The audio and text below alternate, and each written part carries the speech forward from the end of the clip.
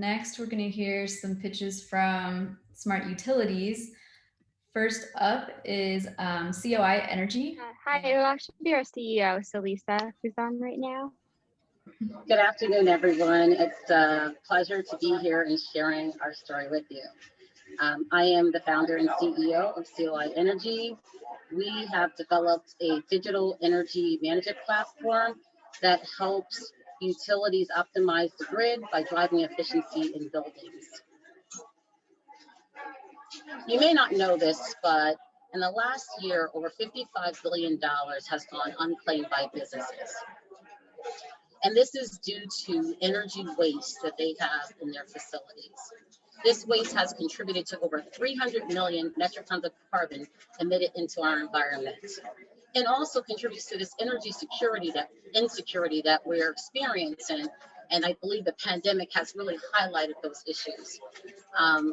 So COI Energy, this solution was born out of the premise of the fact that, number one, I started in the industry working in energy over 25 years ago, working for vertically integrated utilities like PPL, Philadelphia Electric, which is a part of the Electron family now, and also Con Ed.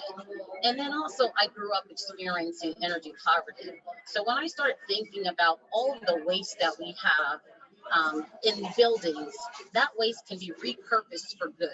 And we call that KW for good. KW to optimize the electric grid, KW to clean up our environment, and KW to provide marginalized communities equitable access to clean energy solutions. So COI Optimizer reclaims those losses for businesses in order to drive down costs and reduce their carbon footprint. And we do this with real-time insights and control. Do this with a simple business model. Our customers pay us a one-time activation fee and a monthly subscription. And we do it this way because we believe in meeting customers where they're at. For so long, we've been really, doing a one-size-fits-all. When you think about the different programs that are out there on energy efficiency, demand response, renewables, every customer has a different need. So we allow them to purchase the level of service they're interested in from us, and then they could provide all the savings go back to them, and they can give back some of those savings to these underserved communities. Right now, this is a serviceable market of $5 billion, and we see it growing to $50 billion when we get into the transacted marketplace. And this is where businesses are able to sell their capacity back to utilities, to other businesses, and also gifting it to underserved communities. So our traction to date, we have over 250 customers in growing. We're on target to triple our sales over last year. And every customer from the time we started with our beta tests back in 2019 were paying customers. So we went from 94 beta customers to over 200 customers last year, and we're on target to have over 600 customers this year. We have an amazing team, and our team is best positioned to solve this problem. Not to mention that we just recently won a multi-million-dollar contract with 2 utilities in New York. And also we've been working with the utility in Florida since our inception.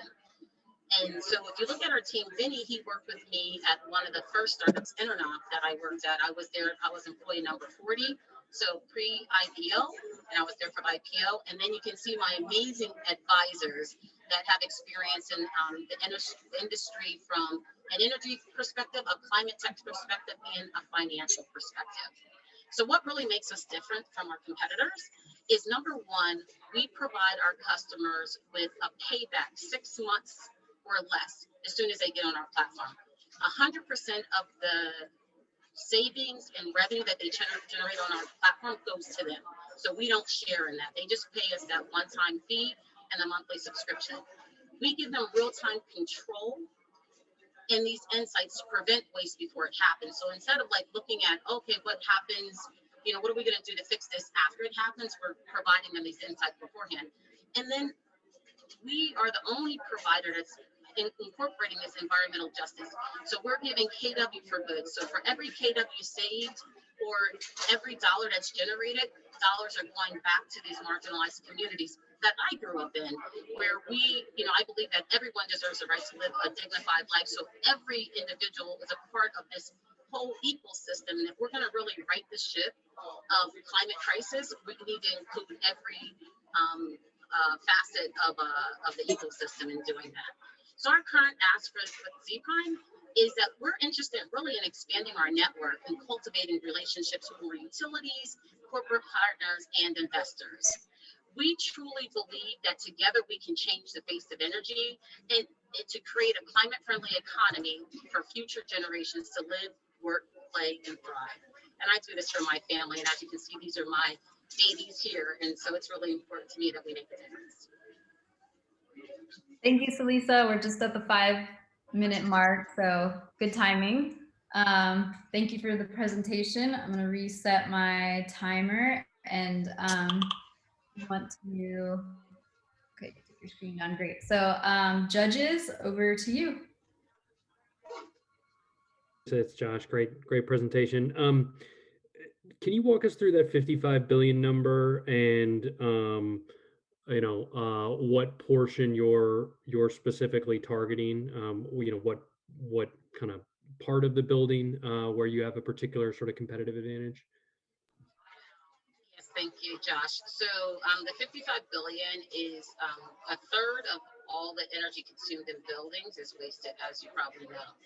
And we take a holistic approach of looking at demand management. So we look at it from a temporary perspective, semi-permanent and permanent. So temporary is like your demand response, making adjustments and helping support the grid as they need it.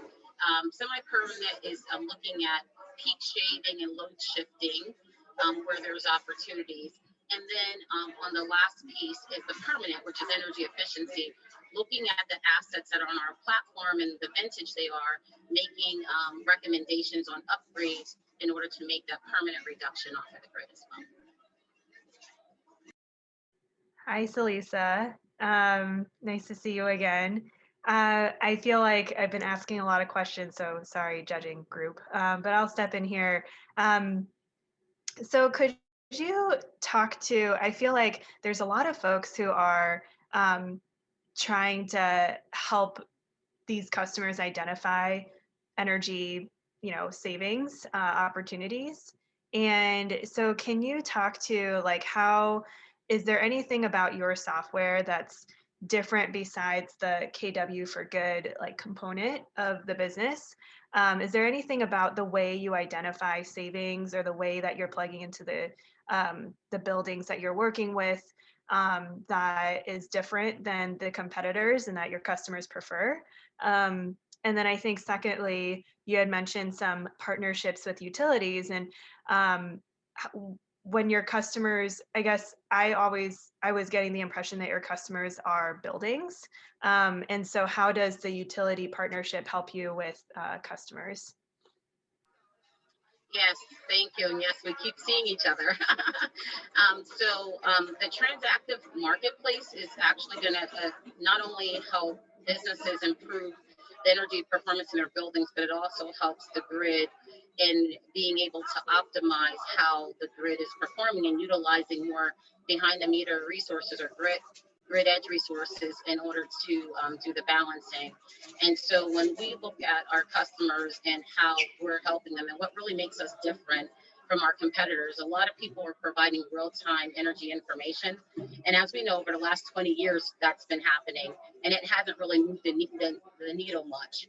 We have to be more proactive in providing the insights, and not only giving the insights, but control in order to make changes once we see something is going to happen. So we do predictive analytics. We're looking at the behaviors of the customers, energy patterns, with their occupancy, looking at the equipment, and we tie all those different inputs together in order to predict how they're going to be using energy in the next day or in the next hour, in order to see if there's any potential for any spikes and what have you. The one thing I can mention, I'm pleased to announce, we just got our patent approved last week on our process. And so that's also like just reinforcing the fact that we got to do things a little bit differently. A lot of stuff has been done in an opaque way. And I think when you do things in a non-transparent way, it festers for inefficiency, a whole lot of waste. And then we end up in a spot that we are currently in with the climate crisis. And so our platform brings full transparency on both sides. So the utilities can see what capacity is out there from a forecasting perspective and say, hey, we need to purchase 55 megawatts right now. And we see that it's right here in this zone where we're having some challenges.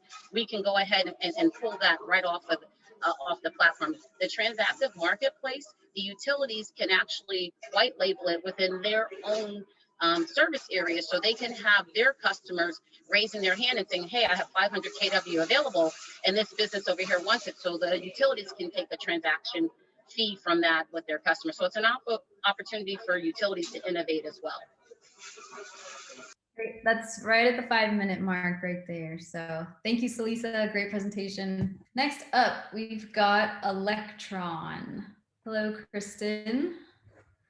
All right. Let me get the timer started. You're all set to go. Yes, I can see your screen. I see you on the side there. Good to see you. All right, and you are ready and set to go. Cool. So my name is Kristen Brown. I'm head of product at a company called Electron. We are based in the UK. And Celisa gave a good kind of tie into what we're doing. We are enabling local and national DER coordination to help facilitate transactive marketplaces to be leveraged across the entire energy ecosystem.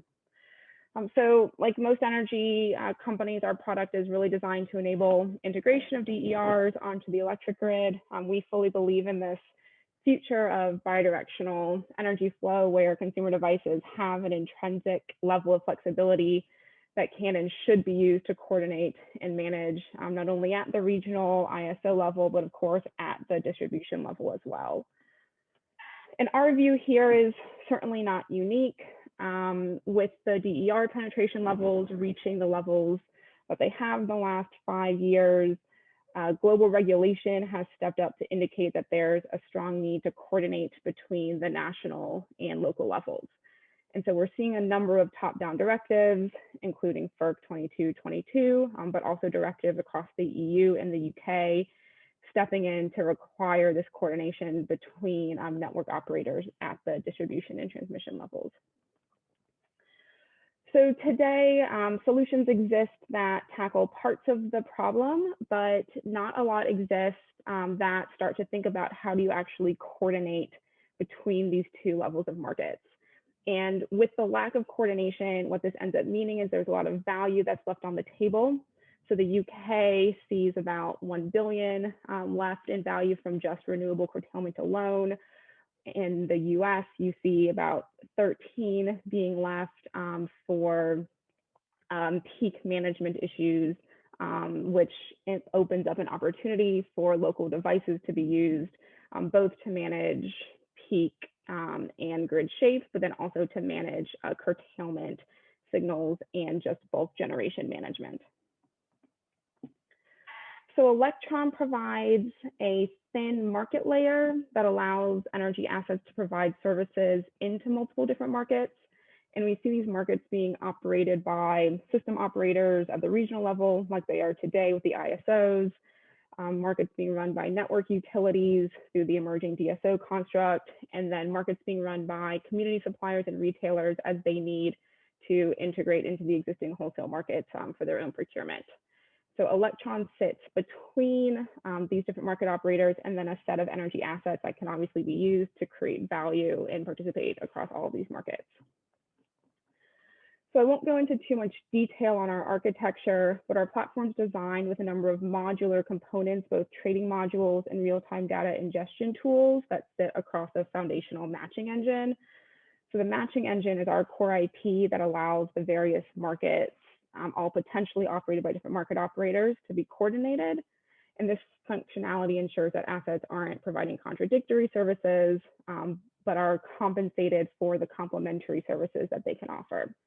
So we support markets with real-time feeds of asset data and network information to ensure that that assets are providing against their stated commitment.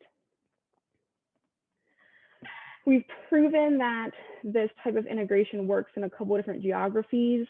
So in Orkney, Scotland, where we have a market that's been deployed for about a year now, that's using renewable assets to offset medium voltage wind generation to open up more room on the network, both for clean energy to be used for heating, but then also export from the island back onto the mainland.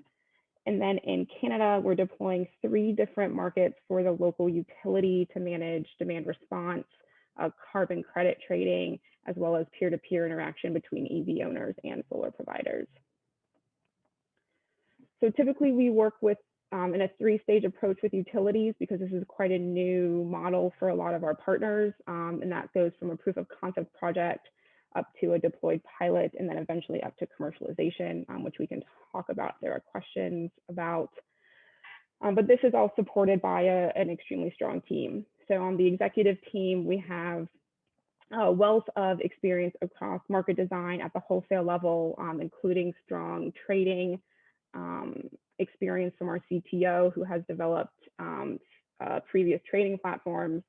And then on the tactical side, which is where I sit on product, we have a very strong team that comes from experience in utilities, demand side management, and energy market economics. I'm so happy to answer questions about our platform and looking forward to your feedback. Good timing. My timer just went off 5 minutes. So thank you for the presentation. And now we will turn it over to the judges' questions. I'm happy to start us off. So great presentation, Kristen. So I'm curious to know who your competitors are. So can you talk a little bit about that and how you differentiate yourself from them? Yeah, it's a good question because it's a highly kind of complex landscape. So I think firstly, we don't compete with aggregators. So we typically integrate with aggregators, and even folks like Salisa's platform, who would work to have the device connectivity and control platform. Where we do see ourselves competing are with, I think, 2 key people that you might be familiar with. So one would be a company like an Energy Hub, who's launching programs for utilities around demand response and creating the ability for utilities to send price signals and manage TOU rates. And then another somewhat unrelated, but also kind of similar competitor would be someone like an Opus One, who's leveraging who's enabling utilities to create prices to manage the network. I think we're different from these in 2 ways. So one is that we're not selling programs right now, which can sometimes be a detractor. We're trying to sell a platform that's extensible across different types of price signals and device types and programs. So it's supposed to be kind of like we could integrate with an Energy Hubs and expand that offering. The second is that we don't do price formation, we take in price signals. But our key, I think, differentiator is that we're really laser focused on this coordination up to the ISO level. So our platform works well for a utility, but it works better when we can talk to the ISO and bring in signals from what they're doing onto the platform, which is where we've been focusing in the UK. Could you talk a little bit, you mentioned on your cost model, the cost for a pilot and proof of concept, and then, you know, it was kind of an open end on a full implementation. Have you sketched out what a full deployment for, you know, a major North American utility could look like if they were to roll out your full solution? Yeah. So I didn't provide those numbers. So what we've been scoping out once we go past the pilot stage for a kind of full implementation tends to be somewhere around a $300K initial implementation fee, and then a kind of $200 to $300K ongoing annual SaaS fee. And that's largely driven by, we're on an Azure-based platform, so it's driven by the number of nodes on the system, which is some kind of combination of market design, so transaction throughput, and then number of assets on the system. So depending on the number of aggregators, that someone works with. So that exact number is really dependent on the size of the utility and how many customers are looking to onboard. Does that cost include all the back office work that the utility would have to do to adopt and integrate the solution, or is that just the software and the licensing costs? No, so at this point it does, but we are pre-Series A, so still kind of refining that as we go. But yeah, right now it's an inclusive projection. Okay, thanks. And how big is your overall team? You mentioned a little bit about the executives, but the overall team. Yeah, so the overall team sits around 15 right now. So we're 6 or 7 on the developer side, and then about the same on the business side. Thank you. Yeah. Hey, Kristen, nice to see you. Can you talk a little bit about customers, existing customers, if that's something you could speak to? Yeah, so we have 2 kind of existing customer types right now. One is people that we're doing the early stage, I would say market design with before we go into a pilot. And we're working with a California CCA on that right now to figure out how that works with the retail model. And then the existing deployments in the US, well, in Canada, it's with a grid utility. And then in the UK, we're currently working with 2 different DNOs. And one also has a partnership with the ISO, so the national utility. So in all, it's about 3 DSOs, a retailer, and the national operator in the UK. All Our right. sales model is typically into the DNO though. Sorry, Erin. That's okay. We're just at the 5-minute mark. So thank you, Kristen. Thanks for all the questions. Yeah, thanks, everyone. Okay, we've got 2 more pitches left. Next up is Overstory. Can you see Let my me screen? get my timer started. Yep, I see your screen and you sound good. So 3, 2, 1, and you are ready to go. Our climate is changing. The numbers of wildfires is increasing, and also the area burned is increasing. The California PUC has stated that one of the biggest causes of wildfires is trees coming in contact with power lines. Climate change means also the increased intensity of storms. So Hurricane Harvey has broken records in terms of rainfall. It's literally off the charts. More wildfires and more intense storms also means more outages. And this is also supported by the data and by the statistics, because research of McKinsey shows that the median safety has gone up with 60% from the year 2000 up till now. Key takeaway here is that vegetation management is critical to reducing wildfires and to reducing power outages. Let's look at the current status of vegetation management. It's the biggest operational expense. It's currently often cycle-based and reactive instead of proactive and condition-based. And audits are typically only done on a very small percentage of the work performed by the third-party contractors. Also, inspections are costly and time-consuming, and it's often not possible to do frequent scans. Well, especially with the vegetation that's constantly changing and growing, it's needed to do multiple scans to really understand where those risks are. And for that, we need to understand the health of the tree, the species, and their growth. What if you could update vegetation data monthly or even daily for your entire system? I'm Annick, COO and co-founder of Overstory, and we create real-time vegetation intelligence at scale. We do this by applying machine learning to satellite data, and we extract from that detailed and up-to-date information about the vegetation around the right-of-way for the entire network. The vegetation platform gives utilities insights into current encroachment. It helps to plan ahead, also with predicted risks on tree level, such as grow-in and fall-in risk. And we track and verify cutting and pruning workers by the contractors. The features, the underlying features that make this possible is tree height and distance to the line. So basically we create a 3D map of the vegetation over time, tree species and growth rate, pruning verification. So did the pruning work conform with the requirements, and was it done in time? And tree health to signal potential fall-in risks. This is done because our machine learning models are trained by our proprietary living database. For example, our database includes 150,000 trees of infested bark beetle trees marked on the ground. And this is really input to train our machine learning models. Our models are applied to over 2 million square miles of forests in 64 countries and over 22,000 miles of transmission and distribution right-of-way. And we help our customers to improve the vegetation-related SAIDI by 15%. And of course, also help to reduce wildfire risk. So let's talk about costs. Because of the affordability of the technology, it's possible to do multiple scans. And with that, we can extract these insights such as the health and the species. And these are really complementary insights to what they already have in place to better pinpoint risks. So the technology is complementary to what's already in place. Our current customers include, for example, Red Electrica, a TSO in Spain.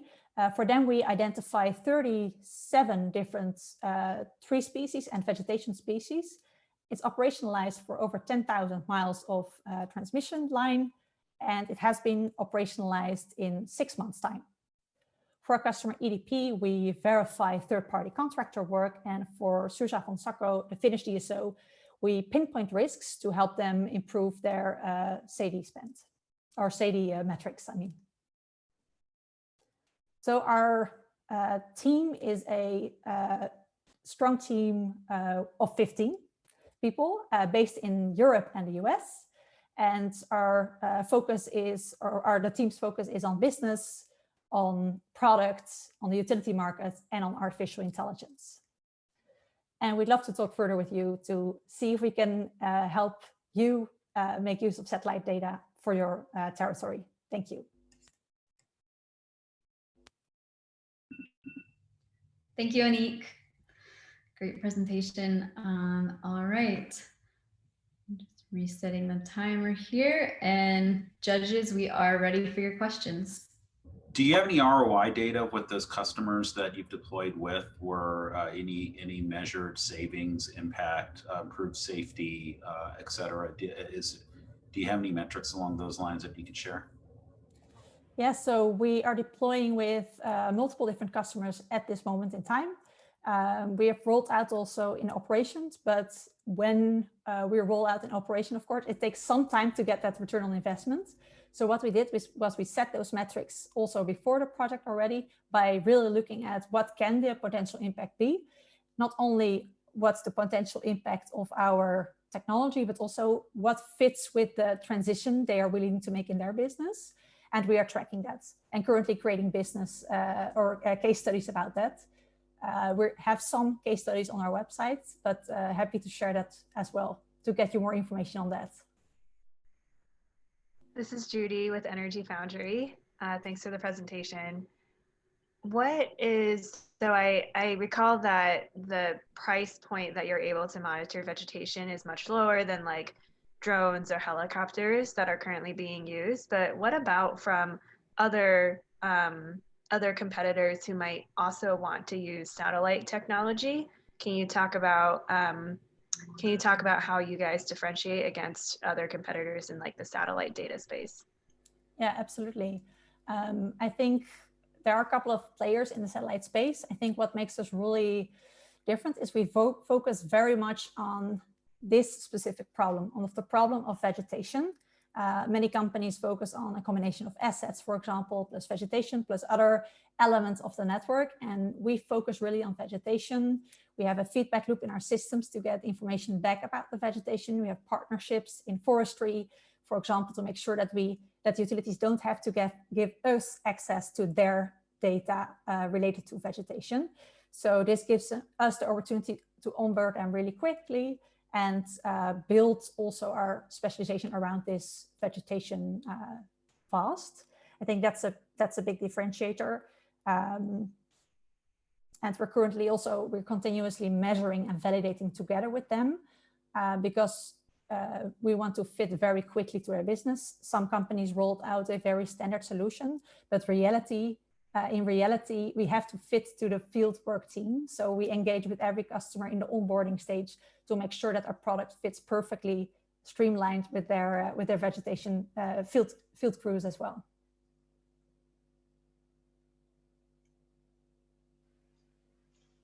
Anika, how long does it take to go from sales to implementation? How long is that process?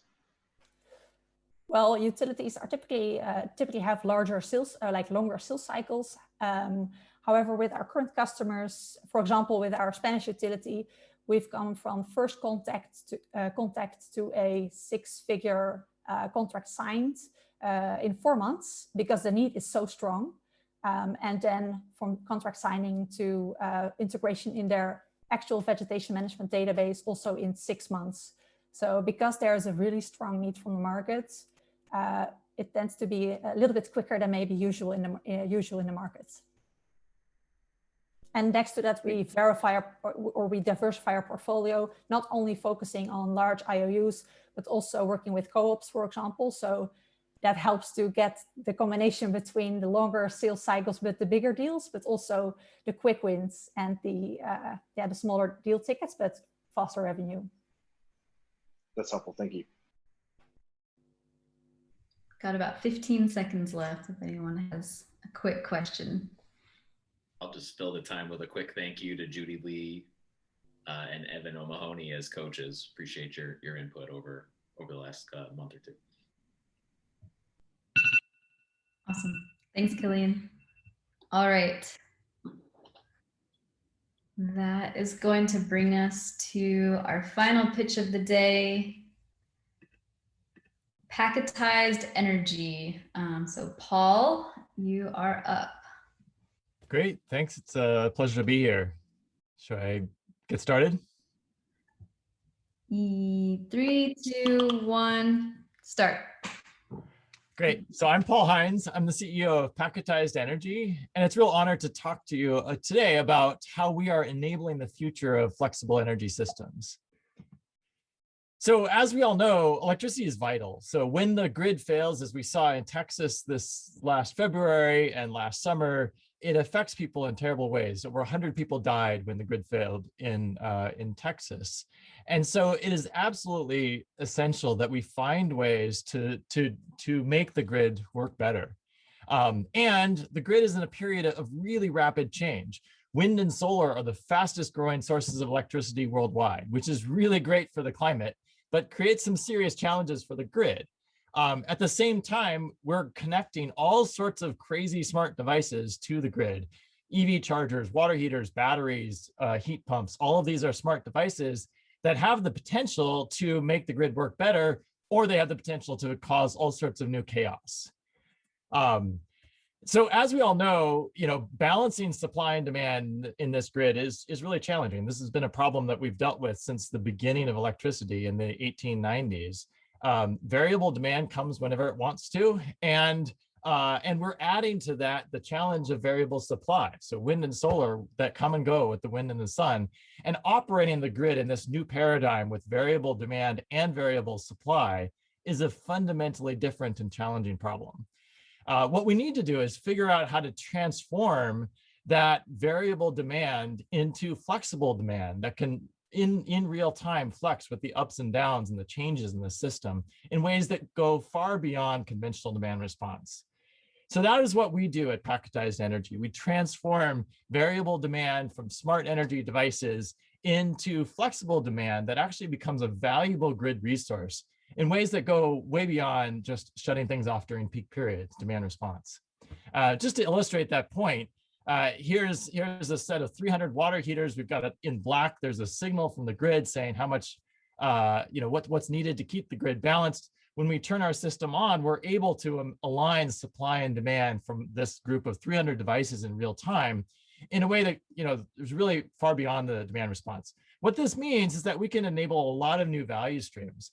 So our company got started in 2016 through an RPE grant. We had pitched to them the idea that we could invent the future of distributed energy systems using algorithms that run the internet. And this core idea that we can enable all of these devices that get connected to the grid to help balance it is really transformative. So our product is a software platform that we call Nimble, and it makes this flexible energy system easy and cost effective for consumers and for utilities and for wholesale markets. So core to our platform is an amazing mobile app that we've developed that helps consumers to better manage their smart energy devices in their home, to better get the incentives, to really understand how they're contributing to something much bigger by working with their smart devices in their houses. And then for utilities and aggregators, we provide a software platform that makes it really easy for them to manage fleets of devices in real time, again, in ways that generate a lot more value than just plain old demand response. So our projects start with customer engagement. We really believe that the fundamental to developing the system is making it easier for people to manage their smart energy devices at home. And so our mobile app makes it really easy to do that, provides customers with incentives, and there's gamification elements that help people to understand how the carbon that's saved through this and other things contribute to something that's much bigger than themselves. And then on the back end side for utilities, we provide a software system that really goes beyond what's considered distributed energy management systems, or DERMS. We integrate together GIS data, smart meter data, lots of different data streams to provide utilities with deep insight about how their system is working today, how they can manage it with lots of distributed energy resources, and how they can plan for that future as DERs become more prevalent. And so we couple that with really innovative business models. So we provide technology and project management. We work with investors who can provide project capital to cover upfront costs so that utilities don't have to put ratepayer capital into these types of projects. And then we build these virtual batteries from connected things. And that provides savings and carbon reduction for customers. It provides flexibility and value to utilities. We use a pay-for-performance business model that really aligns with their incentives. And then we also generate new revenue streams that create more value by selling services into wholesale electricity markets. And these projects tend to come in, way less costly than grid-scale batteries and provide a lot more value because you're engaging with customers in new ways. Just to kind of illustrate one quick project, our first customer was Burlington Electric. And Paul, we are at the 5-minute mark. We have an awesome team and we'd love to work with you. Come join us. Great, thank you. Let me just reset here. And all right. Oh, Paul, if you want to take your screen down so we can see the judges. There we go. Perfect. All right, judges, the floor is open to you. Hey, Paul, could you tell me about your first customer, please? Yeah, I'd be happy to. Yeah, so our first customer is Burlington Electric. We're working with them to enable both electrification and flexibility projects. And so we're working with water heaters, EV chargers, and mini split systems. They've got a strong city policy initiative to enable electricity flexibility, but also to enable electrification for carbon reduction purposes. But they also realize that their grid infrastructure isn't strong enough to support that, infinite electrification. And so it's essential that they add that flexibility in electrification. So like, for example, they created this really great rate for EV customers that I'm looking forward to taking advantage of soon, that provides half-priced electricity for all new EV as long as it's flexible. Thank you. Yeah. Hey, Paul, you spoke to integration with other, core platforms like SCADA systems, GIS. How does your technology manage that integration? Mm-hmm. Do you all provide a framework that is consumable for your customers, or is that more of a collaboration and discussion to be able to support that? So there's always a collaboration to support these things, but the way that we've typically done this is we have a software agent that would sit within the utilities software systems locally to consume the data. And then there's a secure connection to our cloud infrastructure so that the data that we need to run the platform sits in our cloud. and then and that kind of that becomes the data translation layer and provides the interoperability with whatever utility systems are there. So it's a relatively low cost way to get set up, far lower cost than a lot of similar systems. Great, thank you. Could you talk a little bit about your team? Yeah, so the three founders of the company have about 50 years of experience in the electricity industry, as well as the IoT and communications industry. And, we came to this from a technology perspective. Jointly, we've built multi-million-dollar research programs through largely academic experience, but also have some industry experience. We've got a great group of other team members, such as, I'll just highlight Bonnie Pratt, who's our Director of Energy Projects, has an MBA and a PhD in smart grid technology, previously founded IoT companies, and kind of leads all our interactions with utilities. An awesome group of advisors. Tim Healy, who founded Enernoc, is a close advisor on our team. Bob Zukowski, who founded Greenlots, an EV charging company, is our first investor and one of our lead advisors. So it's a really fabulous group of people. And we have about a dozen people on the paid staff. Great, thanks. Yep. Got about a minute left, so probably have time for one more question. Hey, Paul. This is Judy with Energy Foundry. Nice to see you again. So my question is on just rollout of your technology. So you're working on, you have the mini splits, EV chargers, water heaters right now that you're working on with this customer. What does it look like to add on more devices onto the packetized platform? And is there, like, what's the work involved with that when translating and scaling across different customers? Yeah, so we've got about 4 different thermostat integrations that we're working on right now, and those will be rolling out through our 8 utility projects. We've got a number of integrations with mini splits, as I mentioned. We're doing integrations with smart plugs so that people can make their refrigerator flexible, for example, 3 or 4 different EV chargers. So we're doing about 1 new product integration a month right now, and have developed a pretty efficient system for doing that. And that is the 5-minute mark.